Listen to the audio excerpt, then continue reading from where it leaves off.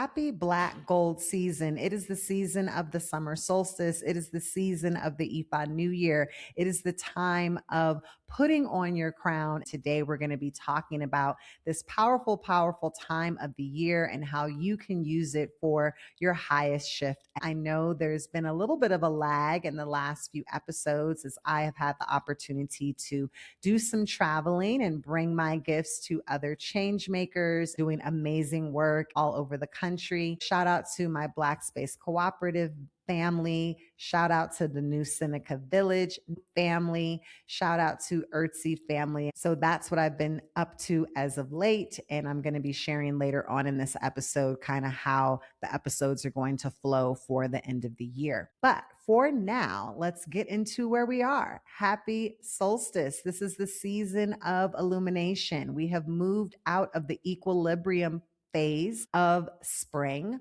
where the days and nights are at a place of balance. And now the sun has moved forward. The sun is at its peak. And so the days are now longer. That means we have more time in the light than we do in the darkness. And so this is the time to tap into that energy. June 21st, the longest day of the year. Spiritually, this time of illumination, when the light is at its peak, is an invitation to stop hiding, to cosmically step into this new portal. Every time we have these shifts of the equinox and the solstices, they are opportunities to reset, realign, and reimagine our life, to take stock of the North Star, of our goals, of our intentions, of where it is that we're going, the humans that we want to grow into, and ensure that our practices, our behavior, our environment are supportive of that. So unlike darkness, which we know has its own energetic of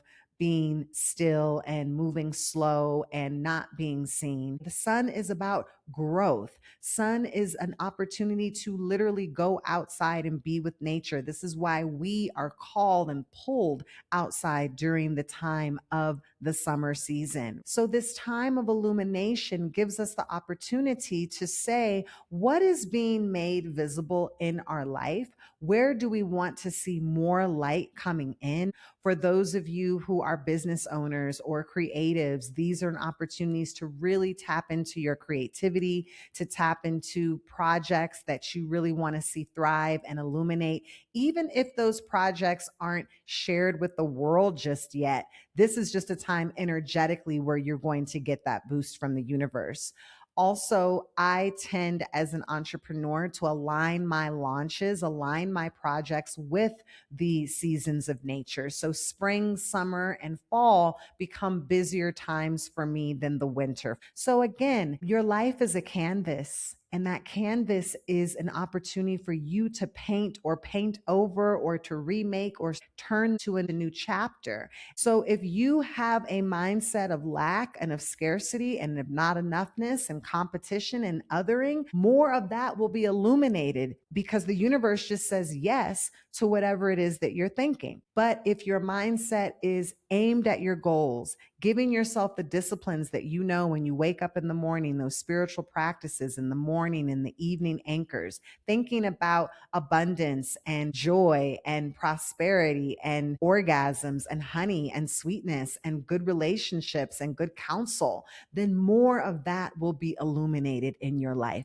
So take advantage of this beautiful, beautiful time of the solstice season. Get outside, align your goals, and align your life. Another powerful energetic that we have going on is the Ifa New Year. We know that all cultures have their own calendars. There is the Chinese calendar, Ethiopian calendar. There are many, many calendars. The Yoruba people, in their own tradition, which is known as the Isheshe tradition, they have their own calendar, and that calendar is 10,068 years old. That is documented, written proof that for the last 10,000 years, the priests of the community gather together. They consult the oracle, which is known as Odu, and that divine oracle gives us messages, wisdom, warnings, and basically a cheat code on how to make the most of your year. I know that I have many listeners who do not practice the tradition, which is absolutely fine.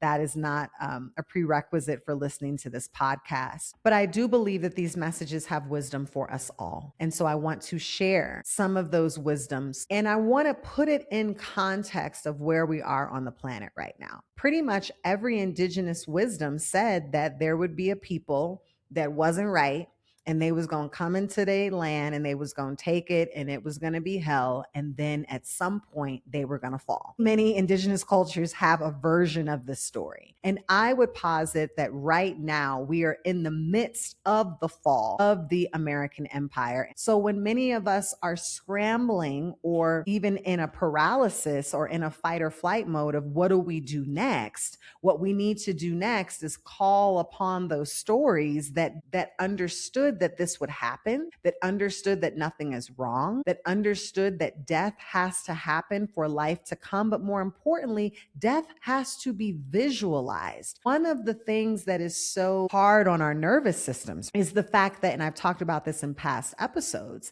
is not just the fact that the world is collapsing, is that we're visually watching the collapse on our devices every day. And that our nervous systems were just not built for that, right? They were not built to look at bombs being thrown, famine and people starving and people having brawls in the street. You know, you might come upon that in your day to day, but you wouldn't be inundated with that constantly. You know, you think about all of those different messages that your brain is processing after spending an hour on a device. And you can quickly see that our brains and our bodies were just not built for this type of information overload. And that's where we need to take digital fasts. We need to make sure that we're being mindful of our screen time. And there is a power in seeing the demon be slayed. I come from a generation where I remember when the Berlin Wall fell down, and I watched that. I watched the Berlin Wall fall. I watched people pulling it apart and saying, wow, my whole life, this wall has been up and now it's gone. It does something to people. It makes them feel empowered. It makes them understand that change is possible, and it propels them. So part of us seeing the collapse of the empire, we have to recognize is the medicine in order for us to build the new earth. If you didn't see it, if you didn't feel it and have that visceral memory in your body, you might not have the same wherewithal to affect the change in the future and to move forward with the new vision. So part of this collapse is what we need to see. And part of what these traditions do is they give us the anchors to understand it. So as I'm sharing these messages with you, I want you to understand them for yourself. Yes, this is what's going on for me, but also to look at how thematically this is going to support us in where the world is taking shape. So first, I want to shout out my own lineage. For those of you who don't know, I am a Ianifa. That means I have been initiated into the Oracle of Ifa. I'm also Omo Oya. I have been initiated into the priesthood of Oya. I received those initiations in Oshogbo under the direction of the Agbongbong Fakayore Fani and Iya Oya. Osundara Oyewale. My Oluo is Baba Ajisafe, and my Ile, which is the community I'm part of, is called Ogbe Weyin. Okay, so when I'm talking, I'm not just talking. I'm talking from a lineage. I'm talking from my teachers. And I actually sat in a circle with my spiritual Ile. We received these messages from our Oluo. Oluo means teacher. And so I take it upon myself to do my best in interpreting them and broadening it, because I know that a lot of my listeners are not Ifa devotees, but I wanted you to know where this information came from and the lineage that I walk in. So there's 256 options of Odus that can fall. One of those 256 is Osameji, and basically there's 16 major Odus, and then all of the other ones are combinations of each other. So of all of the different combinations, Osa twice, Osameji came up, and it came under the blessing of Ire Aje, Ire Aje. Ire mean blessing, Aje mean wealth. So after you get the Odu, and then you get how it fell, you have different energetics, different orisa or spirits. These spirits represent forces of nature and forces. So we believe that there are over 400 forces that walk with us. We do not believe that humans are the only energetic force that lives on the planet. And we also don't believe that it's just humans and God. Our God, we called Olodumare, we believe is a genderless, all-seeing, all-knowing God that kind of doesn't even really take its time dwelling on what the people down on the planet. Its business is like the unknown consciousness of all of the all, the all of the all. And so as we're moving towards our destiny, as we're moving towards our purpose, we are in co-creation with all of these other energetic forces that walk on the planet. And part of the messages of this new year are, one of the main ones that came through is called the Iyami.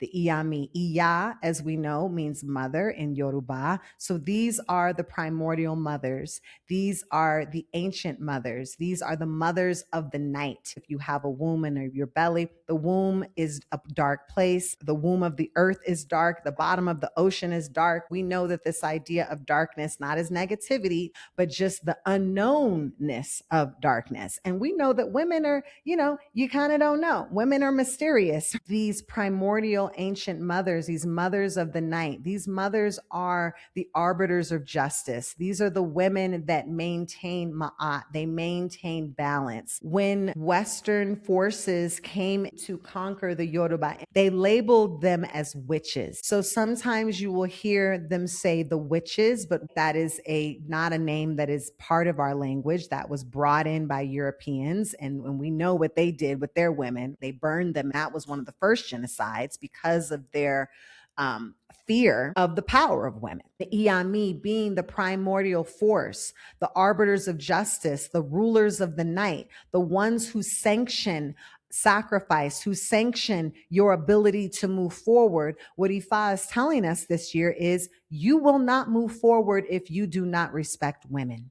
You will not move forward if you do not respect the feminine force. When I did start practicing Ifa, I had a lot of spiritual work to do with the Iyami. When I would go to divination, it was like, you need to appease the mothers. The mothers are not happy with you. They are not happy with your behavior because I was out of order, just not good things, when you think about a path of righteousness.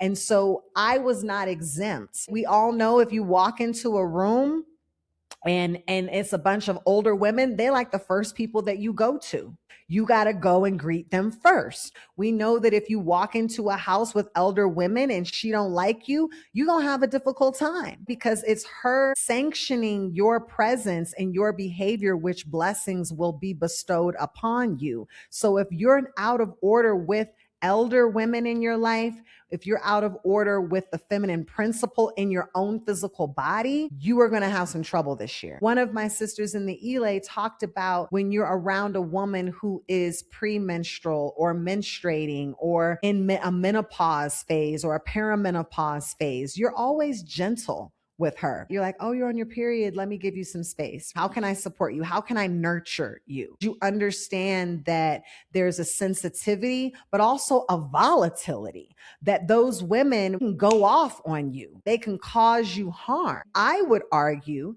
that a lot of the challenges that we're seeing on the planet right now is because the way that we have historically abused women, abused the primordial force of the divine feminine. And you can see that in direct relationship to the way that we treat the earth, because that is female. Earth Mother Onile is also part of this pantheon of divine mothers. So you can't treat the earth poorly, treat women poorly, treat elder women poorly, treat little girls poorly, and then think you're going to have a good life. It doesn't work that way. It's never going to happen.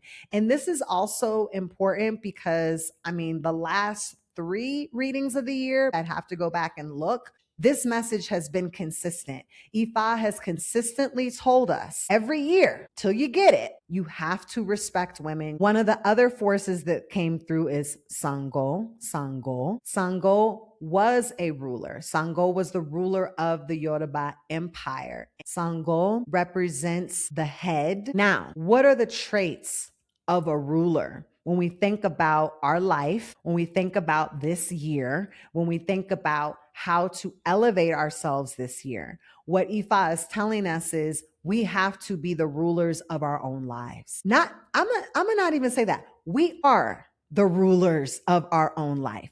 A king, a ruler has responsibility. So Ifa is telling us this year that we must be responsible for those under our jurisdiction, for those under our household, those who are living in your physical household, those who are in your community. Now, that doesn't mean you're responsible for their decisions. That doesn't mean that you can change what they do and change their behavior, but there is a sense of community responsibility. That is also part of the message of Ifa, being the ruler of your household, holding those accountable, and also making sure that there are repercussions.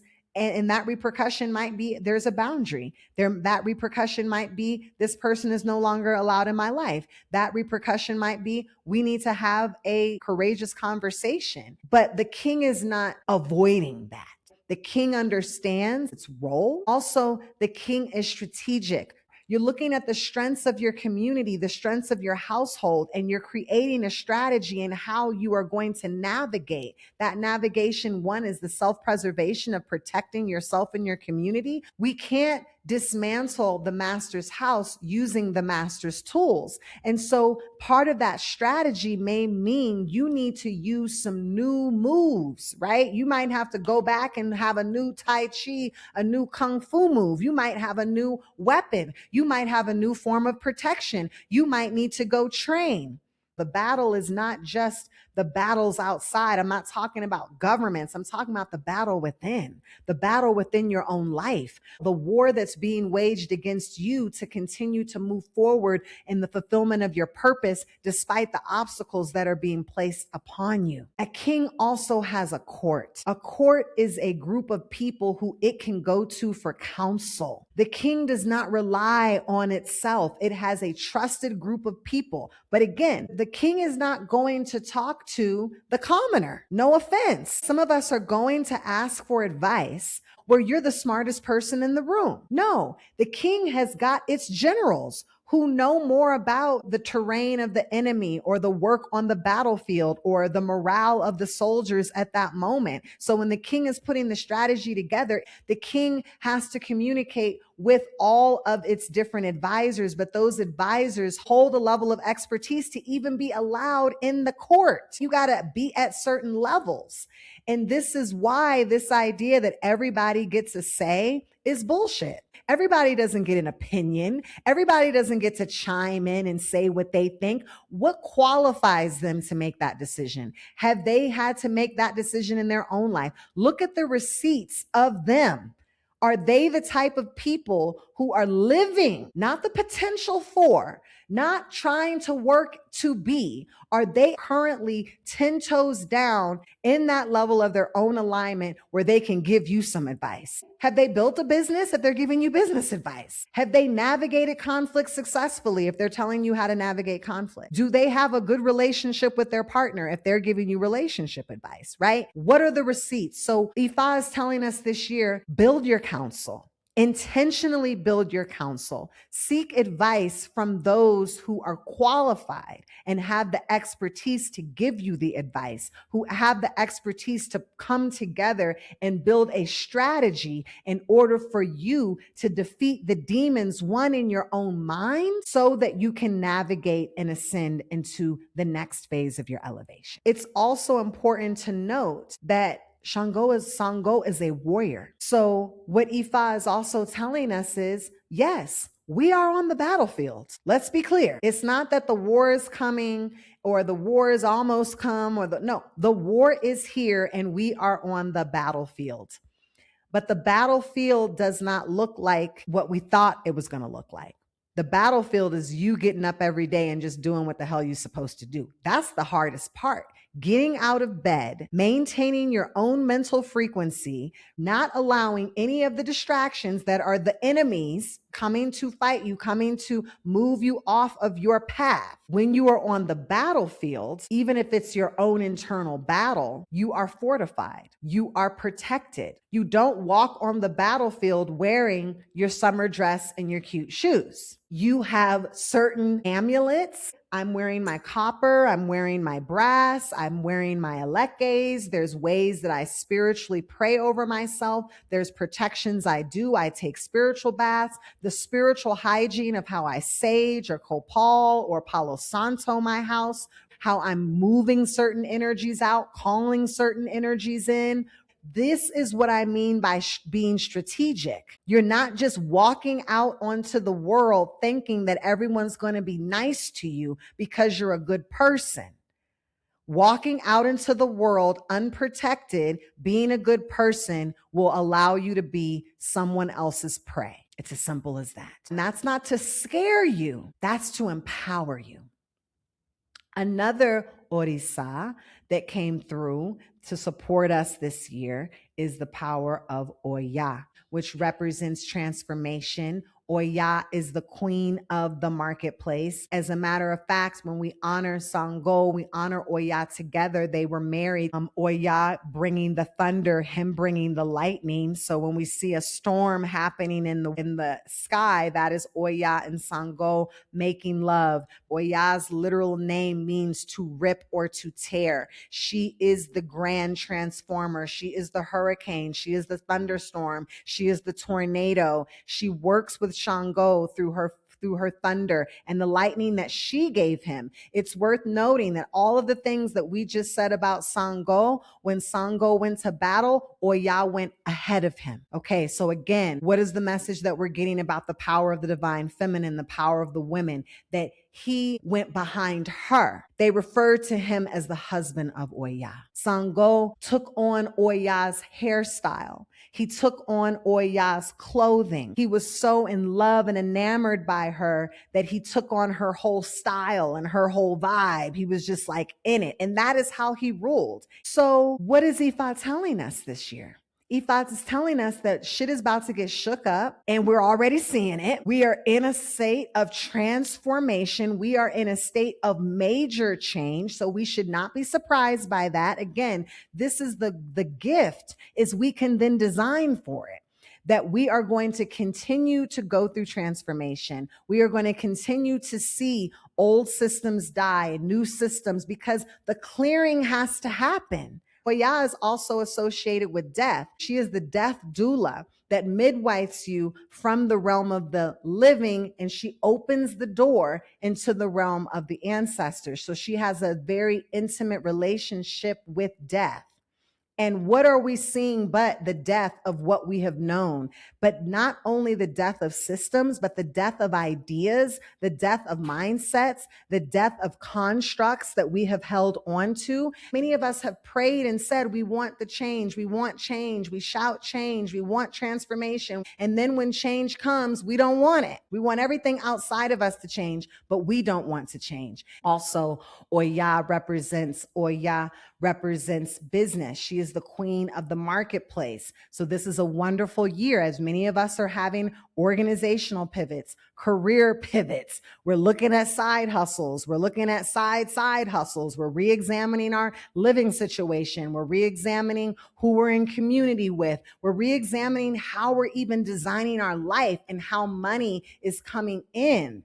This is all Oya energy. One of the things is being a daughter of Oya, I've had to get comfortable with change. So that means we're fluid. We're fluid. That's why I call myself a shapeshifter. Oya is the original shapeshifter. She is not attached. She transformed into a buffalo. She transformed into a woman when she was a wife, when she had to be a warrior, when she's a businesswoman. These are all new forms that Oya can seamlessly move through because she is in this state of fluidity. That is what we're being called to do this year, to not be restricted. The fact that Oya and Sango both are key Orisa this year is the reminder, who are both warriors, is telling us that this is big energy. It's big battle, transformation, death, rebirth energy. Oya also, as I said, has this intimate relationship with death, and that means that she also has an intimate relationship to her ancestors. So this would also be a time as you're building your court, you're also thinking about the role of your ancestors. All of these messages are opportunities for us to get into the practice. This becomes our workout so that this becomes our energetic field, and this becomes our frequency, and this becomes the momentum that we're creating in the world, so that when challenges arise, because they will, we're able to be buoyed, we're able to be strong, we're able to be fluid, we're able to shape shift through them, because we're not starting from zero, because we're not just on the battlefield in our church shoes. We're on the battlefield, powered up, prayed up, fortified, and protected.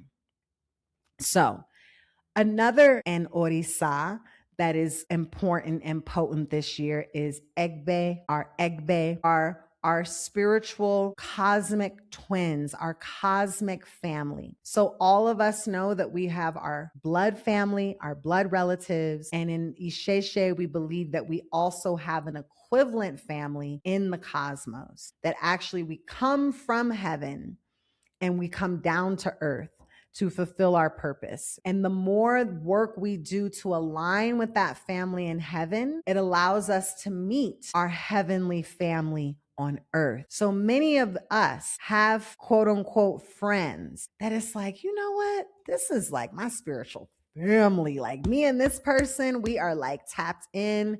It doesn't matter how long we've known each other. It doesn't matter how often we see each other. You just have this super cosmic connection with them, and it feels like family. Oftentimes they will even say you may feel isolated in your blood family, because you have this spiritual family that you long for. Many of us in our families are like, how did I even get up in this family? I don't even I feel like an outcast, or I feel like an anomaly in this family. And you might have other people who aren't your blood and you feel closer to them. That is an example of your Egbe. Egbe are very playful. Our Egbe are connected to having fun, partying, being outside, joyful. When you think about when you're coming together with people that you love, when you come together with Egbe, your chosen family, it's a celebration. You're playing music, you're eating good food, maybe you're dancing, you're at beautiful places. That's the energy of Egbe.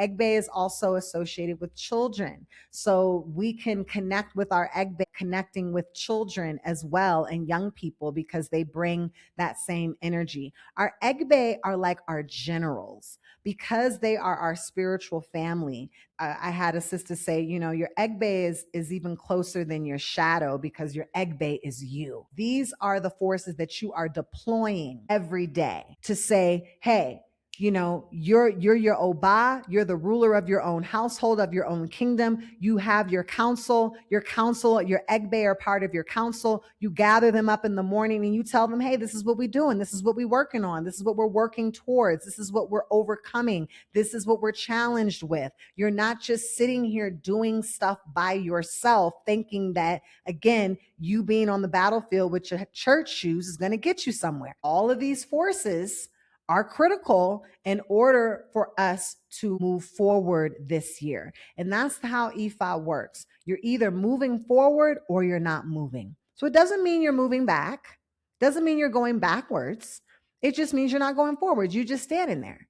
Some people are literally just standing. They are so caught up in the news cycle. They're so caught up in the doom and gloom. They have been frozen in fight or flight. They're in paralysis, and they stay right there because that's what they believe in their mind, and that's what's being illuminated. But Ifa is instructing us that when we are able to first in our mind make up and decide who we are, where we want to go, and bring in and catalyze all of these forces for ourselves, then we have the ability to move forward. And in battle, even if it's the battle of your mind, we have to move forward. So that brings us to another energy energy, and this energy is always relevant, not just this year, and it's your Ori. You hear me talk about Ori all the time. Your Ori is your crown chakra. Your Ori is your first god. It is the first initiation that you've ever gone through in life because that represents your own level of discernment. The way the Ori was once described to me is you could have everything at your feet. You could have the best partner coming into your life. You could have promises and blessings of wealth and abundance. You could have a job that's forming, that is being created just for you. And if your Ori doesn't believe it's possible, it's like those blessings will rain and your Ori is an umbrella and it's blocking those blessings. And none of the blessings that are meant for you are actually going to fall and hit you. You're not going to receive them. None of this is possible without the sanctioning of your mind. You cannot do anything in life if you first don't make sure that you are believing it. You have to speak over yourself. You have to program yourself, even if it's not true. Hey, my bank account isn't what I want it to look like, but I'm going to tell myself I have absolutely everything I need. Money is flowing to me freely and abundantly from multiple channels. I walk outside and I stumble into money. I stumble into opportunity. The universe is conspiring for my own good. Simple affirmations before you go into certain situations that you know are going to be difficult. You got to talk your mind into it. Before, sometimes I have to talk to certain clients and I have to say how much my price is. I have to talk myself into it. To think that you're just gonna, not be afraid. No, we're terrified sometimes. We're afraid. We don't feel like we're enough. We're human. All of those emotions are okay for a moment. The challenge is when we allow those emotions to overtake and overcome and become the ruler. Our minds are being ruled by the idea that, the whole world is fucked up and the president and everything's messed up and life is messed up and, organizations aren't going to get any more money. And if you get caught up in that spiral, then, more power to you. It's the summer solstice, more will be illuminated. But the power of your mind is the most powerful thing possible. Today, as I'm recording this in Mexico City, Mexico has just won 3 World Cup games in a row, which it's never done before. And I believe a big reason for that is because the games have been played in Mexico. This is a country that has a tremendous love for its country. It is extremely patriotic. It has extreme love for people and it loves soccer. And so the amount of people, literally last night watching the game on the street, not in houses, 800,000 people were watching on the street. There are probably another, tens and tens and tens of thousands in the stadium, not to mention all of the Mexican people all over the world who have a mindset of winning. They set their mind on our team is going to win. It doesn't matter if they're not the best team. The mind is powerful. These people believe this. They have made a decision and they have willed their team to victory. Now, it doesn't mean that the team didn't have to be prepared. The team still had to practice. This team still had to show up. They had to sweat. They had to sacrifice. They had to give up time with their loved ones to go and to be, professional soccer players. You still got to do the work in the physical realm. Everything that I'm saying, you still got to put your toes down on the earth and put that work in. But as above, so below. There's energies that are happening in the metaphysical realm as well as in the physical realm. And the cheat code is when you combine those things and you're able to alchemize them to work together. So you don't have to be the best. You don't have to know the outcome. It doesn't matter how much money is in your bank account. It doesn't matter if you knew the right people. It doesn't matter if you went to school for it. None of that matters. Make up your mind through your Ori and all will be added to your portion. That is what we believe, and that is actually what the universe says. Now, if we take this out of the spiritual realm and we want to use metaphysics, we know that these are all sciences, that these sciences are true. that the power of prayer, the power of speaking in affirmation. You can look at the experiment where they wrote words around glasses of water, and the crystallization of the water actually took the form of the word. So when they put love on the water, it made these beautiful crystals. And when they put death on the water, the frequency of the water literally was lower. This is not rocket science. This is basic science that every indigenous culture already knew and practiced. And this is the reason why this 2026 timeline tries to rob you from your indigeneity and your indigenous wisdom. And from the moment you wake up, it's programming you to think there's not enough. The water's going away. The data centers are taking everything. You can't do anything about genocide. Your vote doesn't work. Our president or whoever, it's not my president, but the president of America in the White House is the grand ruler. They have the grand say. All jobs are going away. Everything's going to be taken away by AI. You have no power. You might as well just, open up your brain, get the Neuralink in, because this is the future society. They have to program you to believe that, because as soon as you accept that, guess what? The universe says, okay, then that's the direction we're going towards. Many people look at that and think that's a reality, when in reality, that's their prayer for the future. That's the future they're trying to create, and they need your buy-in. They need your acceptance of it in order to manifest it, because they can't do it without you, because your energetic body is currency and it's worth something and it's valuable. And when you decide to give your energy to something, the universe is going to say yes. Because we're in this season of illumination, whatever it is that you are illuminating, whether it's negative or positive, you're only going to get more of it. So we have to step into our own level of discernment and reclaim our minds. I reject that narrative. I can create my own algorithm. I can create my own magic in order to make miracles. And I have proof of that because I am a miracle. I am a miracle in my bloodline. I am a cycle breaker in my family. I am the example. And so are you. So you don't need their data. Your life is the data point. Your life is the example. And the more you believe in it, all will be possible. So now I'm going to bring it all the way back full circle. This year's reading coming in Ide Aj, blessings of wealth. Now, wealth is not just financial money. You have to define what wealth means for you. Do you want to work 80 hours a week? If you could work 80 hours a week and be a millionaire, would that represent wealth for you?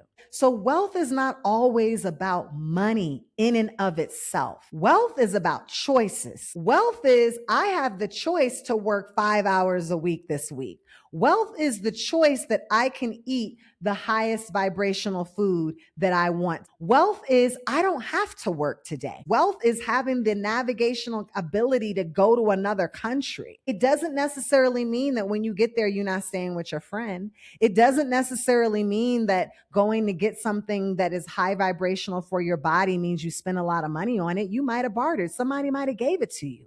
You might get the things that you want and have a wealthy life, and it might not have anything to do specifically with money. Wealth is being healthy. So the first thing is you have to redefine wealth, again, because many of us, when we think of wealth, we've constructed wealth through the 2026 timeline of Abrahamic traditions of accumulation. We have trillionaires on the planet now. These are wealthy people, but do we want to be like them? Do we think that they've got the cheat code to life? Absolutely not. Elon Musk, spare me. So for Ifa to tell us that this is a year of Ide Aj, that this is a year of wealth, Ifa is saying that if we take heed, honoring our Ori, our first mind, making the decision, if we have the humility to bow and kneel and pay homage to the primordial forces, the arbiters of justice, the ancient mothers, and to understand that through respecting them and through respecting the planet, Ifa is telling us this year to be the king of your own life, to be the king of your own counsel, to be strategic, to seek counsel and advice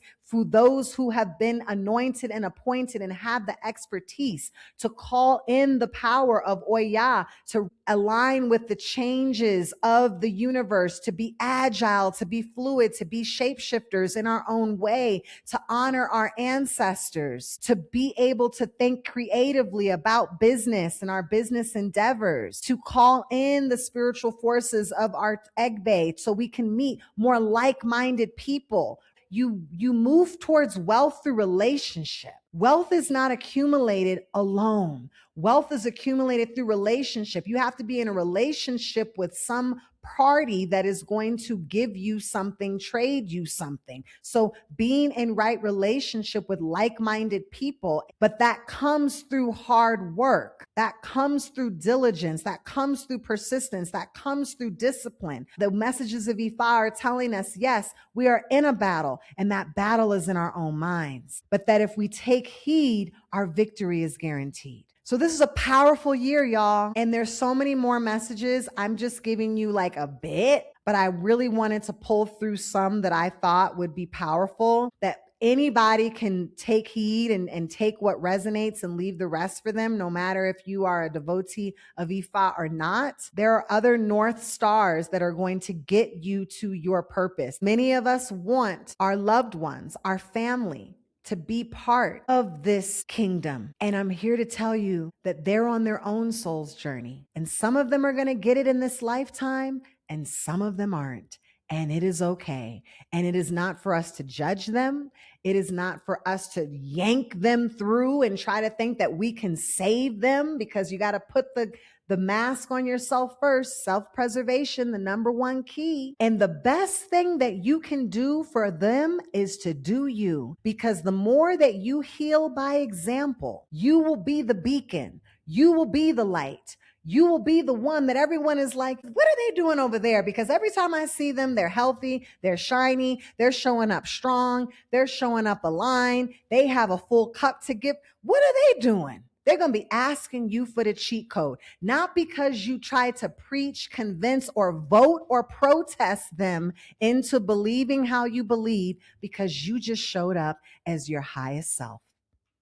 Show up. Show up. You decided to show up in this lifetime. You decided to be the cycle breaker in your family. You decided to be the one that was going to be the death doula to move us from the old world into the new. And here we are. It's the greatest time to be alive. We have the sun on our side. We are illuminated. We are shining. We are bright. Go outside and get your light. All right. I know this has been a little bit of a longer episode today. I have some announcements on what the new flow of things is going to be looking like around here. So the first announcement is that we are officially sold out for the fall equinox retreat here in Mexico. Shout out to the 11 brave souls who are all going to be traveling to Mexico for the fall equinox. So here we are in summer solstice season. When we move into harvest, we are going to be gathering around in Sacred Circle. I'm so excited. This is the earliest that I've ever sold out my fall equinox retreat. This will be my 6th one in Mexico. So I'm really, really excited and I'm really grateful. Also, we have a church. We have a church, y'all. What does that mean? It means just that. It means that Shapeshift Society is an official church. We have a church designation. We are a community of intention dedicated to healing, land stewardship, and collective care. This is me being on my path of leadership and stewardship and spiritual teaching and healing as a practitioner. And this is what I've been called to do. So here we are. I took the plunge. I did it. We got all the paperwork set up and we are here. So, I mean, it doesn't change that much more in terms of the way that you're able to interact with us, but it does change more about our intentionality about how we show up in the work that we are doing, and that I get to steward a ministry, that this work is not a 9-to-5 for me. It is not a side hustle. It is literally the fulfillment of my destiny. And I'm grateful that you took the time to listen and to be here. So if you want to learn more about Shapeshift Society and the way that you can tap in, you can go to my website, shapeshiftyourlife.com, and click the link for Shapeshift Society. I'll also put the link at the bottom of the description for this podcast. It's a lot of different ways to tap in, everything from co-living to virtual ways. So it's something for everybody, and you can check out the website for more. So I have decided that I'm moving into seasonal rest. So this will be the last podcast for this season, and we will resume in September with a lot of juicy things happening.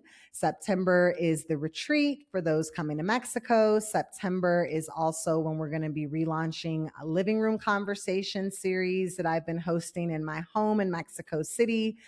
September will also be new announcements with the church and different ways to get involved. And September will also be the fall equinox, where we'll be taking the work that we did over the last 3 months of illumination. The fall is also connected with the season of our ancestors. So that is a really, really powerful time of ancestor veneration. That's where they got Halloween from, FYI. So that's it. And I would invite you to take this time of seasonal rest as well. It doesn't mean you're not illuminating out in the world. Maybe it's a digital detox. Maybe it's a physical alignment. Maybe it's more time in nature, but we're human. You know, I'm not a robot, so I don't need to produce every month. And so I'm not producing this summer. Keep shifting and keep illuminating. And I'll see you in September. Much love.